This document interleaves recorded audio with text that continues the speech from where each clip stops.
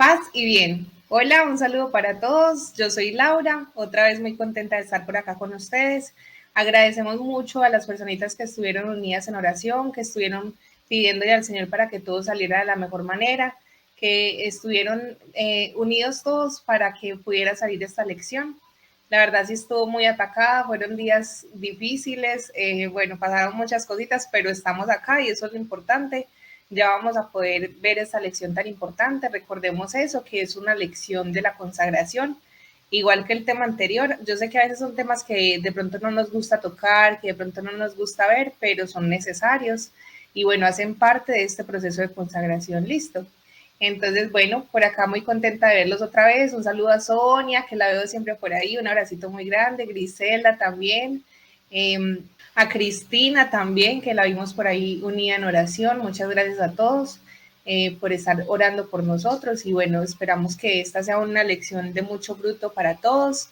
Y bueno, entreguemos entonces esta lección al Señor. Bienvenidos todos a Enfoca tu Fe.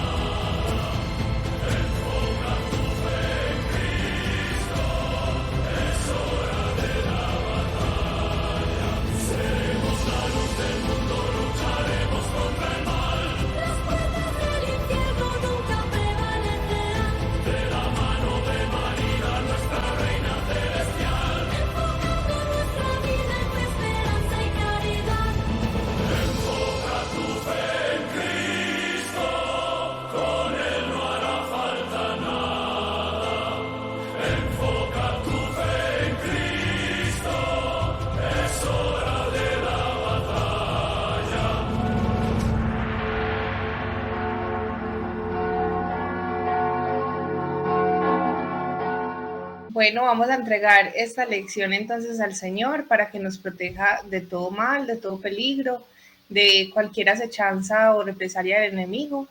Vamos a pedirle al Señor que nos proteja en este tema como tan fuerte y tan importante. En el nombre del Padre, del Hijo y del Espíritu Santo. Amén. San Miguel Arcángel, defiéndenos en la pelea. Sé nuestro amparo contra la maldad y las acechanzas del demonio. Reprímele, oh Dios, como rendidamente te lo suplicamos. Y tú, oh príncipe de las milicias celestiales, armado del poder divino, precipita al infierno a Satanás y a todos los espíritus malignos que para la perdición de las almas vagan por el mundo. Amén.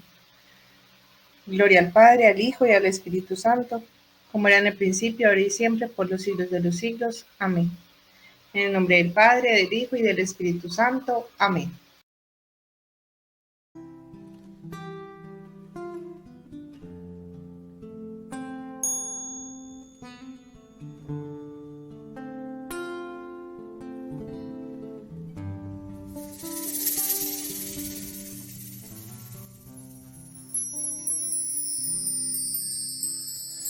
Ven por medio de tu amada esposa, ven por medio de su corazón, ven por medio de la llena de gracia, ven Espíritu de Dios, ven Espíritu de Dios y llénanos,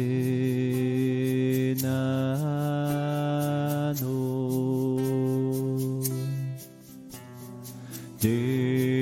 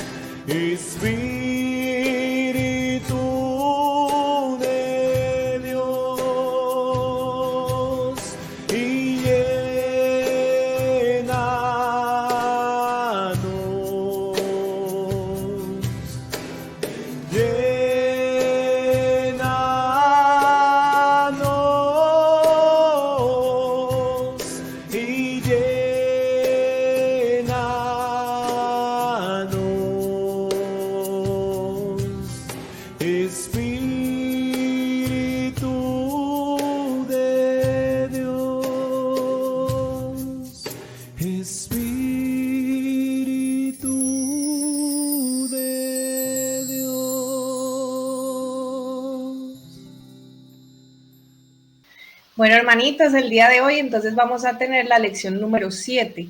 Esta lección es el infierno. Como les había dicho en la charlita anterior, habíamos visto pues las postrimerías, veíamos que son 5 postrimerías: muerte, juicio, particular y universal, infierno, y la siguiente charla sería la de purgatorio y gloria. Esas son las 5 postrimerías. Listo, estamos claros en eso. Si alguno de pronto todavía no se ha visto la lección anterior, los invito a que la vean. Muy importante que no se pierdan las lecciones y que hagan las prácticas. Cuéntenme cómo les fue con Incendies. ¿Qué tal les pareció? Por ahí los voy a estar leyendo en los comentarios.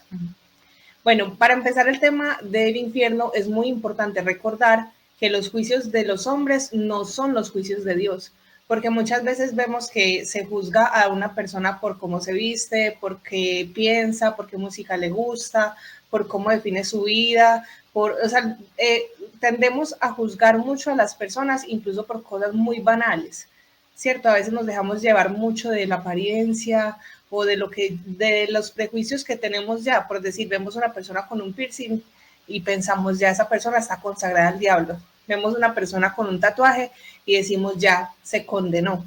Vemos una persona a la que le gusta el rock o le gusta el metal y decimos, eso es del diablo, ¿cierto? Se ve mucho.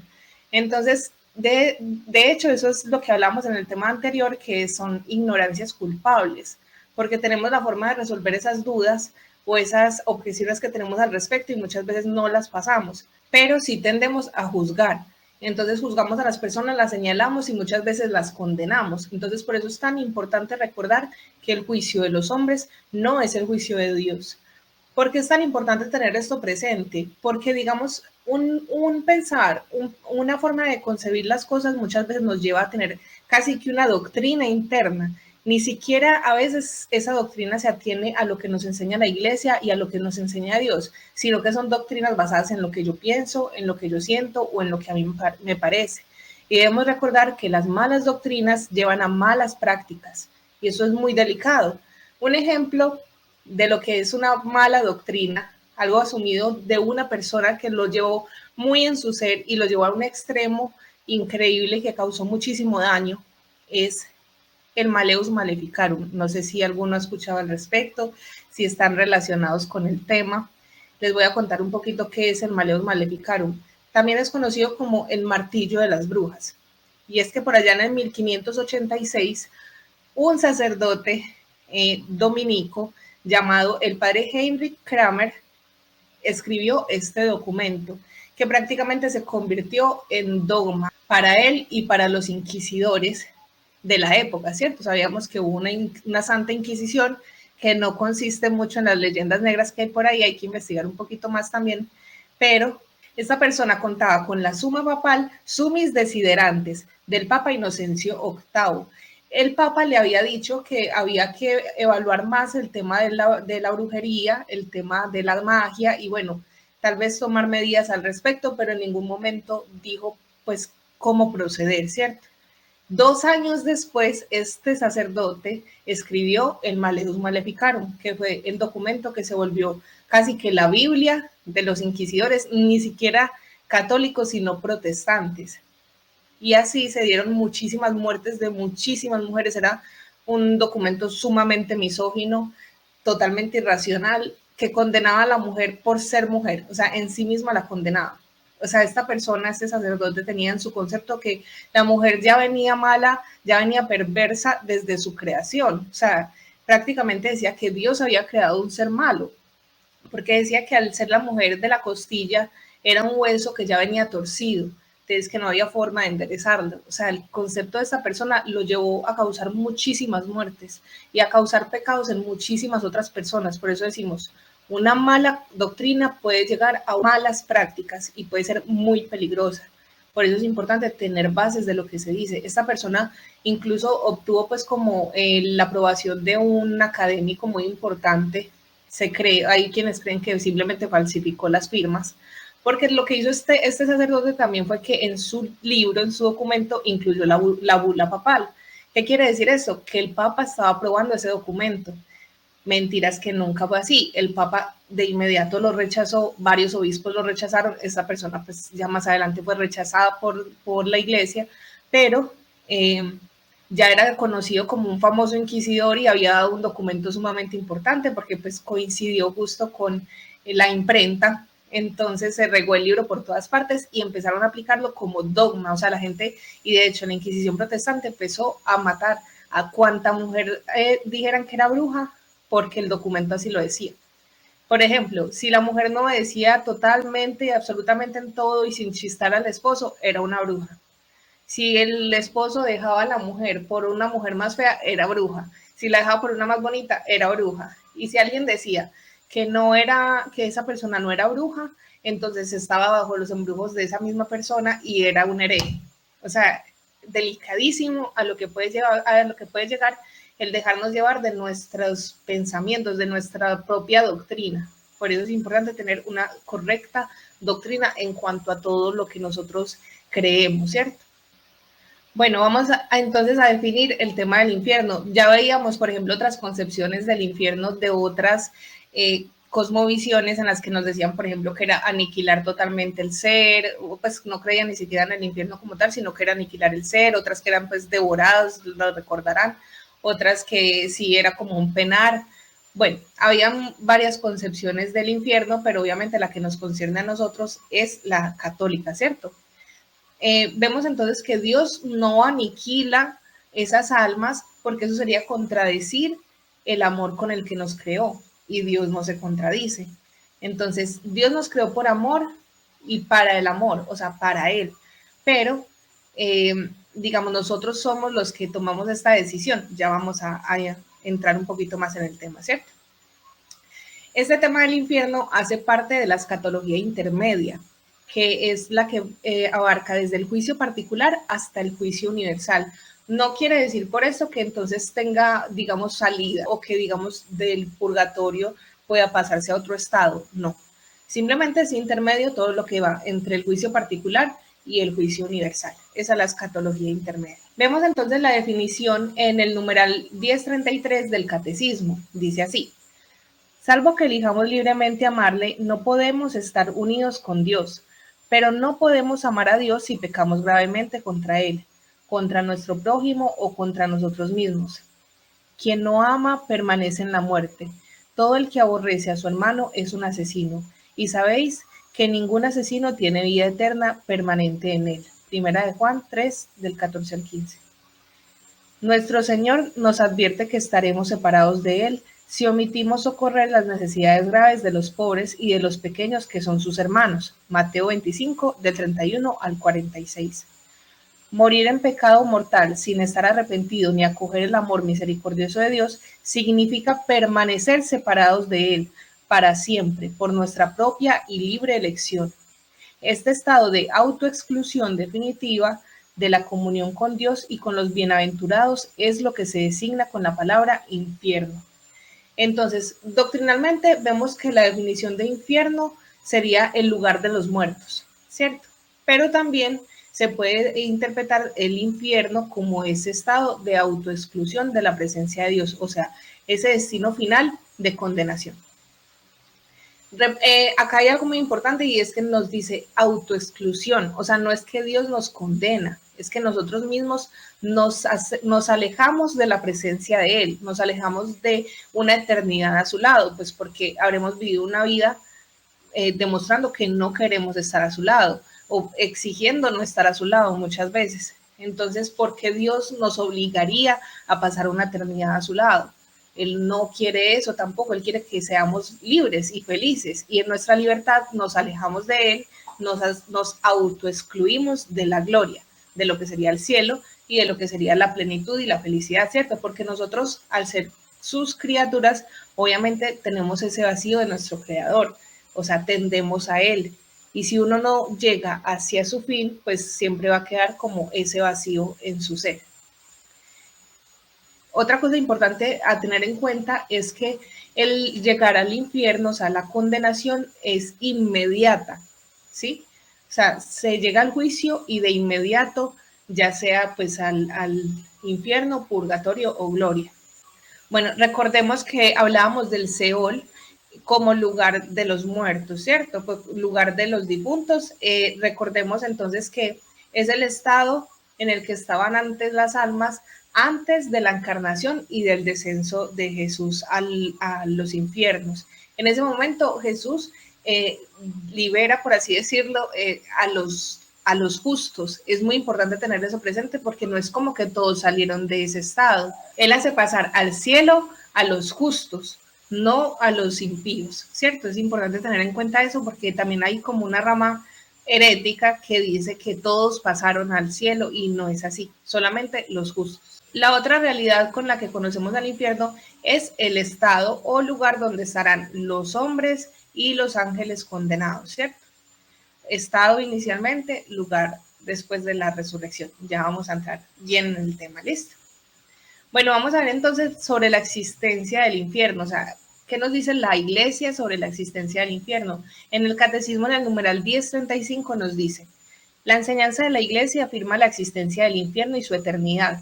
Las almas de los que mueren en estado de pecado mortal descienden a los infiernos inmediatamente después de la muerte, y allí sufren las penas del infierno, el fuego eterno.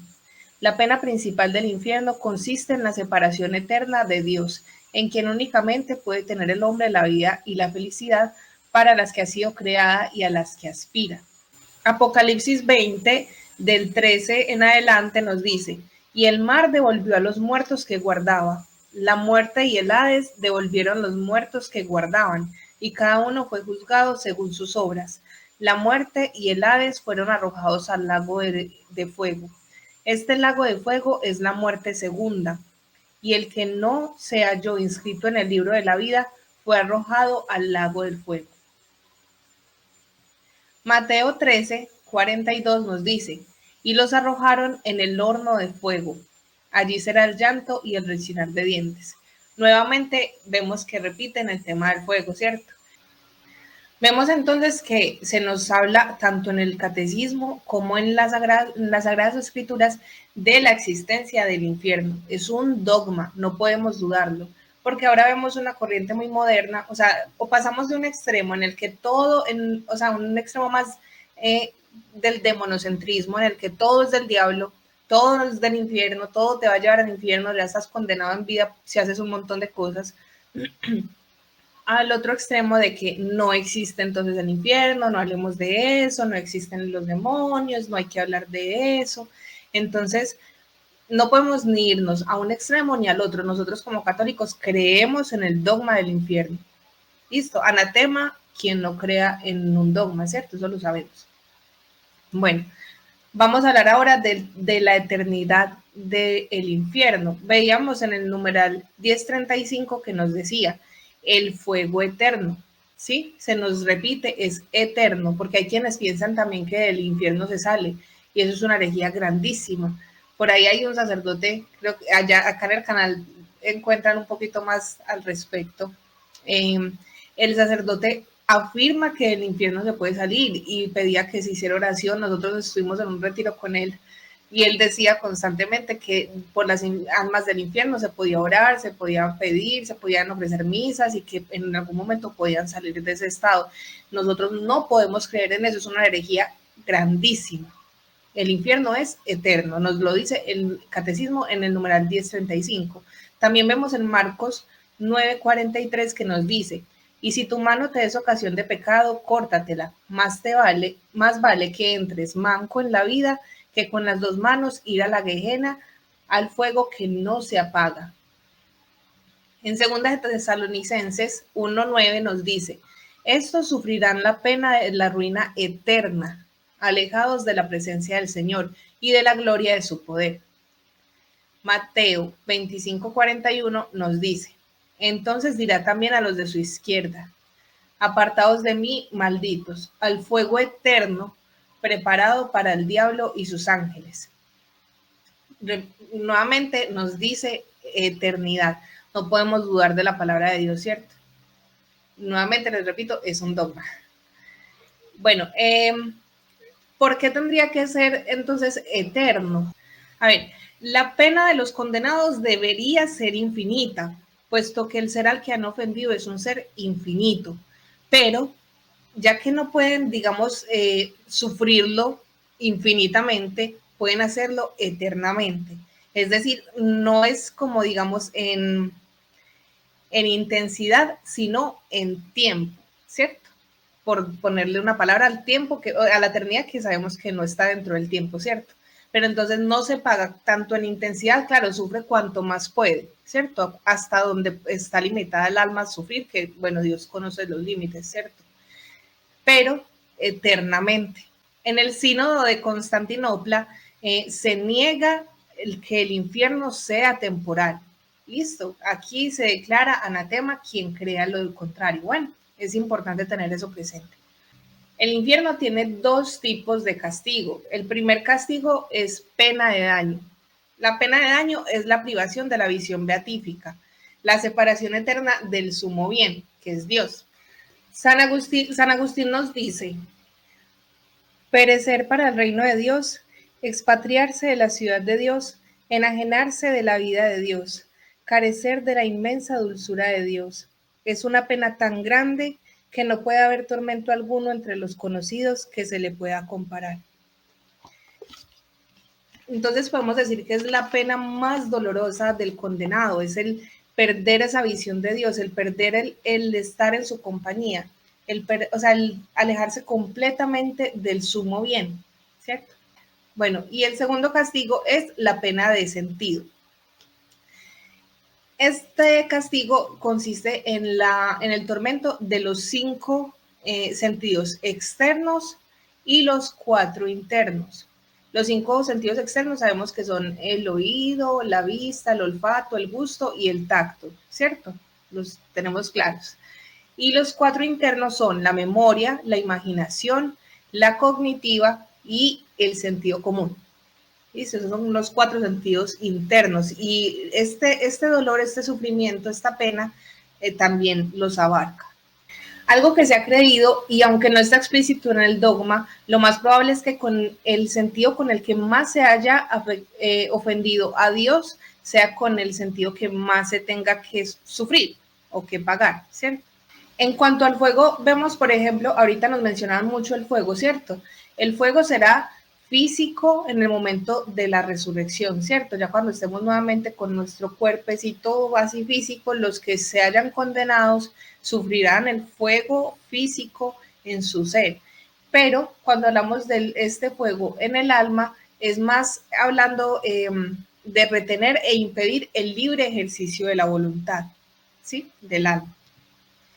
Por ejemplo, vemos también que el rechinar de los dientes hace referencias al remordimiento, porque en el infierno no hay arrepentimiento, solo remordimiento, porque en el arrepentimiento tú sientes dolor de haber ofendido a Dios, de haber hecho un daño, de haber causado un sufrimiento en alguien, o bueno, en este caso a Dios, ¿cierto?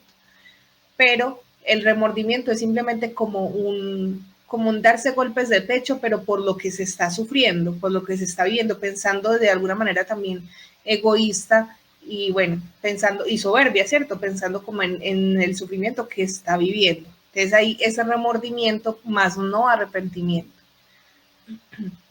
En Lucas 16:25 nos dice, pero Abraham dijo, hijo, recuerda que recibiste tus bienes durante tu vida y Lázaro, al contrario, sus males. Ahora pues, él es aquí consolado y tú atormentado. O sea, el solo recuerdo ya es un tormento para esa alma. Las especies inteligibles, o sea, las ideas, permanecen en el alma separada. Eso es importante tenerlo. No es como que, porque hay también personas que piensan que la persona cuando ya pasa, sea al cielo o al purgatorio o al infierno, ya no recuerda nada de su vida anterior. Hay quienes creen eso, como que ya no piensa en eso, ya no lo recuerda, ya no.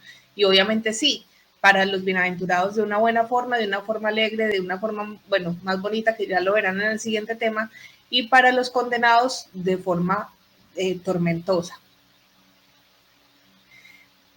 Porque en la eternidad no hay tiempo, por consiguiente tampoco puede haber olvido. Vemos entonces que esas almitas condenadas tienden o sea, sienten en su ser un odio muy grande hacia Dios, pero es como por la forma en la que lo captan. O sea, Santo Tomás nos hablaba de dos formas de captar a Dios. Una es en sí mismo, y esa es la que tienen los bienaventurados, o sea, que lo tienen de frente, y bueno, es la bondad absoluta, entonces no puede ser odiado, ¿cierto? Es imposible que ya teniéndolo frente a frente haya algún sentimiento negativo hacia él. Y la otra es en sus efectos, que eso, digamos, nos pasa a nosotros y les pasa a los condenados. ¿Por qué a nosotros? Porque muchas veces vemos el problema del mal, ¿cierto? ¿Por qué pasan estas cosas? ¿O por qué Dios no hace esto? ¿Por qué Dios permite aquello? Entonces, en los efectos de Dios, que es la misma vida, por ejemplo, ya es un efecto de Dios, digamos que tendemos a culparlo por las cosas malas que pasan. Entonces, ahí en sus efectos es que se se puede generar algún tipo de odio, resentimiento o un mal concepto de lo que es Dios. Y los condenados porque sus efectos son la justicia divina, y ahí es donde ellos sienten esa rabia y ese odio y ese rencor hacia Dios.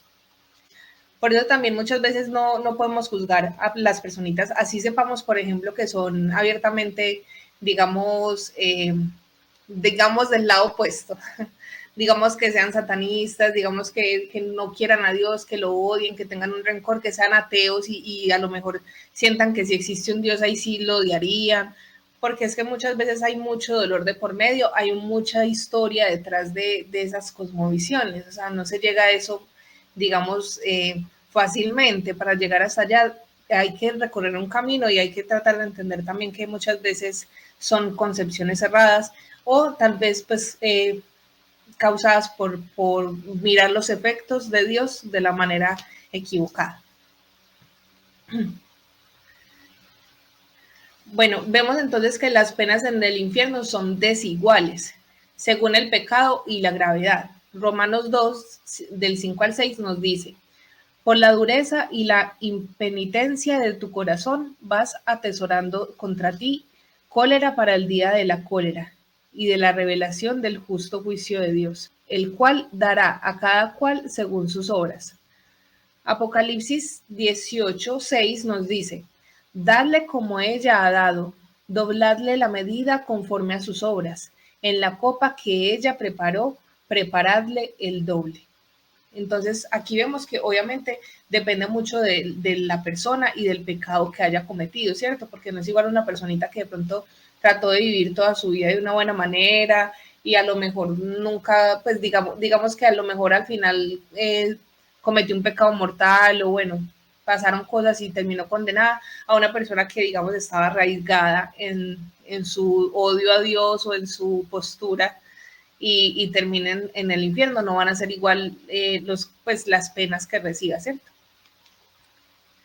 Aún en el infierno se evidencia la misericordia de Dios, tanto en esto que estamos viendo como en esto que nos decía Santo Tomás. En la condenación de los réprobos aparece la misericordia, no suprimiéndoles del todo la pena, pero sí aliviándola un tanto, en cuanto que les castiga menos de lo que merecen. Lo que veíamos ahorita, o sea, digamos sería infinito el castigo, pero no es infinito, es un alejamiento eterno, ¿cierto?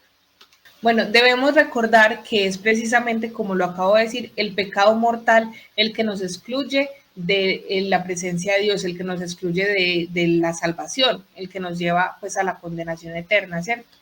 Vemos entonces en Primera de Timoteo 2:4 que nos dice que, que quiere que todos los hombres se salven y lleguen al conocimiento pleno de la verdad. Segunda de Pedro 3:9 nos dice: no se retrasa el Señor en el cumplimiento de la promesa, como algunos lo suponen, sino que usa de paciencia con vosotros, no queriendo que algunos perezcan, sino que todos lleguen a la conversión. Entonces vemos obviamente que Dios nos creó por amor y nos creó para volver a Él, para atender a Él, para la eternidad a su lado, no para que nos alejáramos y perdernos para siempre, porque de alguna manera para Él también es una tristeza o un dolor el hecho de que nosotros nos condenemos, ¿cierto? Es una pérdida para Él. No porque Él en sí mismo pueda perder algo, sino porque por el amor que nos tiene, ¿cierto? Bueno, ya como para ir concluyendo, debemos recordar que el mal, así sea, digamos, el mal menor, igual es un mal, porque muchas veces nos justificamos en decir, no, una mentirita piadosa, una cosita pequeñita, es que es mejor lo que yo hago que lo que hacen estos, al menos yo me pongo falda y no voy como esos que se ponen rastas en el pelo, pues dreads, o estos hombres que se dejan el cabello largo, entonces eso tan feo, eso antinatural, o sea, muchas veces tenemos una actitud como muy fariseica, ¿cierto? Y tendemos entonces a pensar que nosotros dentro de eso no estamos haciendo nada malo, cuando el solo hecho de la murmuración ya es un mal en sí mismo.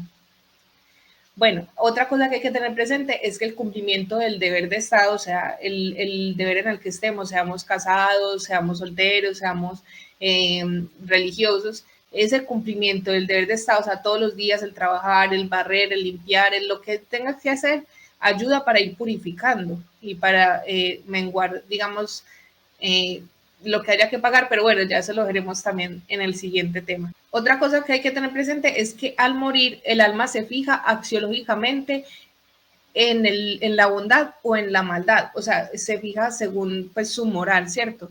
Y según cómo haya vivido y ya digamos para la eternidad, no es como que después entonces después de morir ya viendo a Jesús le diga ya decir, no, mentira es que si quiero estar contigo, no. Al momento de la muerte ya el alma queda fijada en ese estado en el que haya concluido, ¿cierto? Bueno, otra cosita a tener presente es que, por ejemplo, el tema de la ubicación, ¿cierto? Siempre decimos como que el infierno está abajo, el cielo arriba. Esto es algo más como un poquito antropocéntrico, ¿cierto? Como para que nosotros tengamos como una capacidad de visualizar las cosas, o sea, como para hacerlas más claras para nosotros, ¿cierto? Pero no porque realmente sea un lugar físico arriba o abajo, ¿cierto? Como lo decíamos, en este momento es un estado, no es un lugar físico. Obviamente, como les decía, va a cambiar en el momento de la resurrección. También vemos que a veces Dios permite la manifestación de las almas acá en la tierra, o sea, las almitas que ya no están manifestarse acá en la tierra. Digamos, a veces se piensa que no, solamente las almas del purgatorio y les llamamos que las almas en pena o que solamente se pueden aparecer, digamos, los que ya estén en el cielo o que si se aparece es un demonio inmediatamente. No, o sea, Dios a veces permite, digamos, la aparición de esas almas condenadas para, digamos, recordar el horror del infierno, el horror de la condenación. También a veces podemos ver, o bueno, pueden aparecer a veces las almitas del purgatorio, más que todo como para implorar sufragios, o sea, para pedir que se les haga una misa, que se les haga oración, que se haga un rosario por ellas, o sea, también se puede dar. Y las almitas de los bienaventurados vienen como en virtud de la gloria, ¿cierto? O sea, digamos, para ayudar a esas almitas a las que están visitando principalmente, o sea, como revelaciones privadas, ¿cierto? Hay un tema que, bueno, es polémico y, bueno, genera como algo de edición y, bueno, obviamente es opinable, y es el tema de si las almas al morir, al condenarse, pueden adquirir nuevas culpas. O sea, si esas almas, digamos que pueden hacer más mal y en ese mismo orden adquirir nuevas culpas. Santo Tomás, por ejemplo, está más inclinado a que el alma no podía tomar más culpas después de su condenación. Pero, digamos, hay varios exorcistas, hay personas que también, digamos, se han dedicado a esto mucho tiempo y ellos dicen, y bueno, varios creen que el alma sí se puede ir como demonizando, o sea, puede ir llevando un proceso de un alma condenada, ¿cierto? Puede ir llevando un proceso de demonización en el que se haga más mala. Yo personalmente estoy más inclinada pues a ese respecto y pues ya que muchas veces se ve que personitas que se han condenado digamos, se empeñan en la condenación de otras personas. Entonces uno sabe que eso es algo que va a estar en las almas condenadas, el querer que todos se condenen, ¿cierto? Es algo que va a estar en ellos sí o sí. Pero, digamos, ya el actuar para buscar esas condenaciones, para que más gente vaya tras sus pasos, es lo que yo considero que sí puede llevar a un alma a irse demonizando aún más y a generar obviamente más culpa en su ser. Pero bueno, igual como les digo, es algo opinable. Dejen ahí en el chat qué opinan ustedes, qué piensan al respecto. Es algo opinable, no es dogma, eso no sé, pues la iglesia no tiene un pronunciamiento claro al respecto, entonces podemos opinarlo y tener diferentes opiniones sin ningún problema. Bueno, y como conclusión vamos a leer esta frasecita de San Ignacio que nos habla un poquito sobre la importancia de este tema, porque vuelvo y repito, hay gente que no le gusta, que dice no hablemos de eso, que le da miedo o que piensa que es del diablo hablar del diablo. Entonces San Ignacio nos dice, el temor del infierno es el principio de la prudencia y conduce a la conversión. En este sentido, se puede decir que el infierno ha salvado muchas almas. Un ejemplo de eso, por ejemplo, es el caso del profesor Diocre, ¿cierto? Que llevó, no sé, supongo que algunos lo conocerán. Bueno, es una almita que, digamos, en el momento de su muerte estaban en la misa y él, bueno, había muchas personas alrededor y esa personita se levanta 3 veces a decir, bueno, que está siendo juzgada y al final dice que fue condenada. Entonces, bueno, eso es una revelación privada, ¿cierto? Pero esto llevó, por ejemplo, a la conversión de San Bruno. Entonces, también es un tema que puede ser de mucho provecho para las almas, como nos dice San Ignacio. Entonces, bueno, eso es todo por ahora. Vamos a ver la práctica. La práctica, entonces, bueno, vamos a ver de esta práctica con la frase que iniciábamos de esta charla. Y es que los juicios de los hombres no son los juicios de Dios.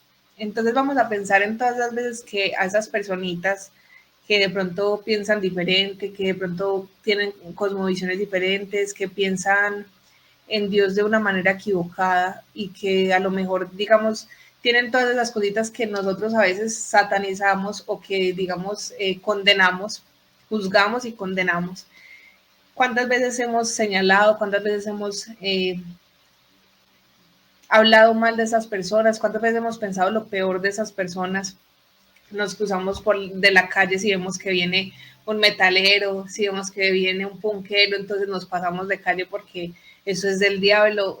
¿Cuántas veces hemos sido, digamos, un ejemplo tan malo, cierto? Porque nos llenamos de Dios, a veces nos llenamos la boca y la cabeza de cosas de Dios, pero no lo tenemos en el corazón.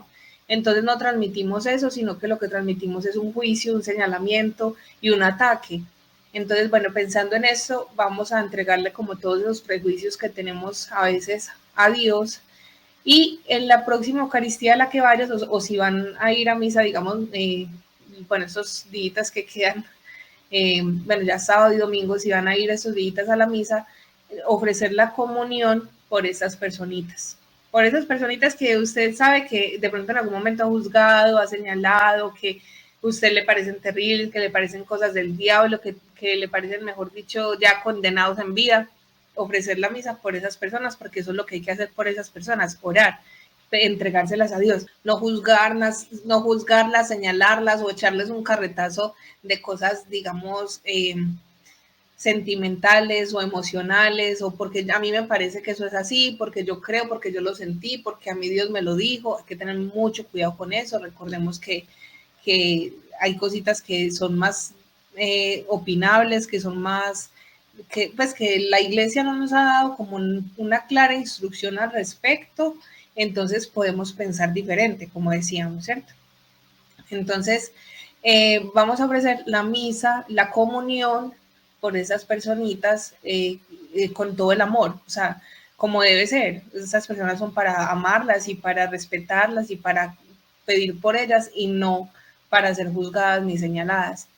Si de pronto alguno no puede comulgar, entonces lo que van a hacer es hacer el rosario por esas personitas, entregárselas al Señor, entregarles lo que ustedes quisieran para esas almas. Si solamente quieren que se vayan donde ustedes no las puedan ver, si solamente queremos como que no se me vuelva a atravesar, que no me vuelvan a aparecer esos locos que escuchan esta música o esa gente con piercing o con tatuajes o esas personitas que piensan diferente o si simplemente queremos como que desaparecieran y nosotros mismos querríamos su extinción o si lo que queremos realmente es su conversión y su salvación. Y el reto digital va a ser ver un videíto del padre Byron. Por acá abajito les vamos a dejar el link del video, es un video muy bonito, se llama Infierno no es como piensas, 5 razones, son 2 minutos, sacerdote reacciona, es una reacción muy chévere del padre Byron, aclarando como punticos que son muy, muy comunes de escuchar hoy en día, que se puede escuchar casi que a todos los jóvenes de hoy en día, repetir estos puntos y que digamos que hacen parte de también alguna ignorancia de pronto invencible. Entonces podemos ser nosotros quienes empecemos a responder esas dudas, ¿cierto? Porque si no, ahí seríamos nosotros quienes apoyemos a que esa persona continúe en esa ignorancia y ahí seríamos los culpables, ¿cierto? Entonces por acá abajito les vamos a dejar el link para que vean el video. Ese es el reto digital de la semana y la práctica, recordemos, ofrecer la misa o el rosario, dependiendo pues si pueden o si quieren ambas, mejor, por esas personitas, ¿sí? O sea, y tratemos de bajarle a eso, al juicio, al señalamiento, a la condenación, que muchas veces nosotros condenamos más de lo que en realidad lo haría Dios, ¿cierto? Entonces, bueno, vamos a hacer una pequeña oración para finalizar el tema. Entonces, digamos en el nombre del Padre, del Hijo y del Espíritu Santo. Amén. Señor Jesús, toma toda carga que hayamos podido recibir y toda represalia del enemigo en contra de nosotros, nuestras familias y nuestras pertenencias. Derrama tu sangre preciosa sobre nosotros y límpianos de cualquier tristeza, pensamientos negativos, desaliento o desesperación que nosotros podamos haber recibido durante las oraciones hechas. Si nuestro ministerio ha sido tentación para rabia, impaciencia, soberbia o lujuria, libéranos de estas tentaciones y reemplázalas con tu amor, tu alegría y tu paz. Señor Jesús, cúbrenos y séllanos con el poder de tu nombre y de tu sangre. En el nombre de Jesús, atamos a Satanás, a todos los espíritus inmundos y a toda fuerza o poder del mal que nos hayan hecho daño o quieran hacerlo. En el nombre de Jesús les ordenamos que salgan de nosotros inmediatamente, atados, mudos, quebrados y amordazados, y se pongan a los pies de Jesús vivo y resucitado, para que Él los envíe al lugar que les corresponda. Les prohibimos en el nombre de Jesús que nos vuelvan a molestar. Ven, Espíritu Santo, llénanos con tu gracia, tu amor, tu poder y tu gozo.